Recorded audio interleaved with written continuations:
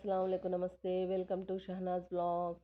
ఈరోజు నోటికి పుల్ల పుల్లగా కారం కారంగా ఉండే పచ్చడిని అయితే మీకు చూపిస్తాను. అదేంటంటే చింతపండు పచ్చడి అండి. ఈ చింతపండు పచ్చడిని కారం పచ్చడి కూడా అంటుంటారు. ఒకసారి కనుక మనము ఈ పచ్చడిని ప్రిపేర్ చేసి పెట్టుకున్నాం అనుకోండి, అన్ని టిఫిన్స్లోకి చాలా బాగుంటుంది. రైస్లో కూడా చాలా బాగుంటుంది. మనకు జ్వరం వచ్చి జలుబు వచ్చి నోరు రుచి లేకుండా సప్పపడిపోతుంది కదా, అట్టంటప్పుడు ఈ పచ్చడిని తయారు చేసుకొని తిన్నామనుకోండి, నోటికి కమ్మగా పుల్ల పుల్లగా కారం కారంగా ఉంటుంది. మరి ఈ చింతపండు పచ్చడిని ఎలా ప్రిపేర్ చేసుకోవాలో చూసేద్దామా. ముందుగా ఇక్కడ నేను ఒక పెద్ద నిమ్మకాయ సైజు అంతా చింతపండుని అయితే తీసుకున్నాను. ఈ చింతపండులో గింజలు ఏమైనా ఈనెలు ఉంటే తీసేయండి. తీసేసి ఈ విధంగా విడదీసి నానబెట్టుకునే ముందు కొన్ని నీళ్లు వేసుకొని ఈ చింతపండుని వాష్ చేసుకోవాలి. వాష్ చేసుకున్న తర్వాత ఈ చింతపండు మునిగే వరకు నీళ్లు వేసుకొని నానబెట్టుకోవాలి. ఇప్పుడు స్టవ్ వెలిగించుకొని ఒక ప్యాన్లో 1 టేబుల్ స్పూన్ ఆయిల్ వేసుకొని అందులోకి 1 టేబుల్ స్పూన్ ధనియాలు, 1 టీ స్పూన్ జీలకర్ర, 1/2 టీ స్పూన్ మెంతులు వేసుకొని వీటిని లో ఫ్లేమ్లో వేయించుకోవాలి. ఇవి కొద్దిగా వేగిన తర్వాత ఇందులో ఒక 25 ఎండుమిరపకాయలు తుంచి వేసుకుంటున్నానండి.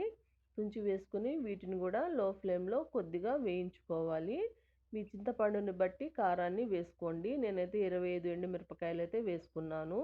ఇవి కొద్దిగా వేగిన తర్వాత ఇందులోకి 2 రెమ్మల కరివేపాకు వేసుకొని ఈ కరివేపాకు కూడా కరకరలాడే వరకు లో ఫ్లేమ్లో వేయించుకోవాలి. హై ఫ్లేమ్ మటుకు అస్సలు పెట్టుకోవద్దండి. హై ఫ్లేమ్ పెట్టారనుకోండి, ఈ ఎండుమిరపకాయలు మాడిపోయి పచ్చడి అన్నది చేదుగా వస్తుంది. చూడండి, ఈ విధంగా అన్నీ బాగా వేగిపోయాయి.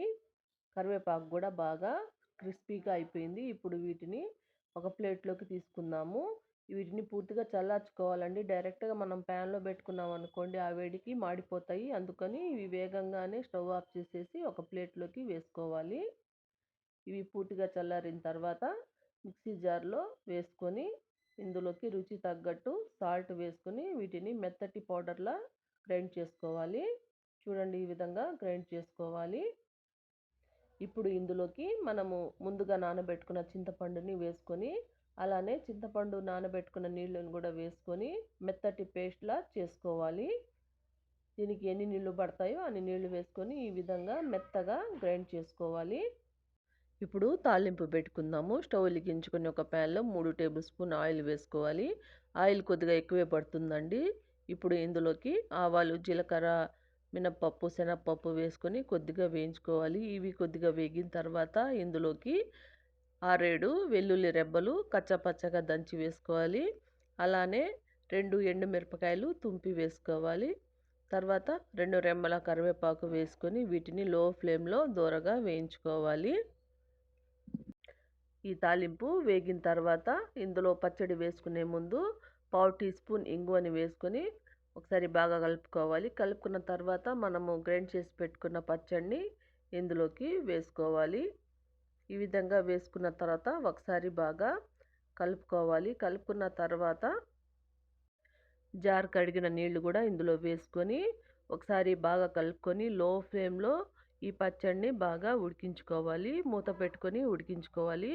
ఎందుకంటే మనము చింతపండు పచ్చిగా వేసుకున్నాము కదా, ఇలా ఉడికితే ఈ చింతపండు కూడా బాగా ఉడికిపోయి మనకి పచ్చడి అన్నది ఎక్కువ రోజులు వస్తుంది. మూత పెట్టేసి మధ్య మధ్యలో అడుగంటకుండా బాగా కలుపుకొని ఈ ఆయిల్ సపరేట్ అయ్యే వరకు మధ్య మధ్యలో కలుపుకుంటూ ఉడికించుకోవాలి. ఫ్లేమ్ని అయితే లో ఫ్లేమ్లోనే పెట్టుకోండి. అంతేనండి, మన చింతపండు కారం పచ్చడి అయితే రెడీ అయిపోయింది. మరి సర్వింగ్ బౌల్లోకి సర్వ్ చేసుకుందాం. చూసారు కదండి, చింతపండు పచ్చడిని ఎలా ప్రిపేర్ చేసుకోవాలో. మరి మీరు కూడా ఈ రెసిపీని తప్పకుండా ట్రై చేయండి. ట్రై చేసి మీకు ఎలా కుదిరిందో కామెంట్ సెక్షన్లో తెలపండి. ఈ వీడియో కనుక మీకు నచ్చినట్లయితే లైక్ చేయండి, షేర్ చేయండి. మరిన్ని టేస్టీ రెసిపీస్ కోసం నా ఛానల్ని సబ్స్క్రైబ్ చేసుకొని అలానే పక్కనే ఉన్న బెల్ ఐకాన్ని క్లిక్ చేయండి. Thank you.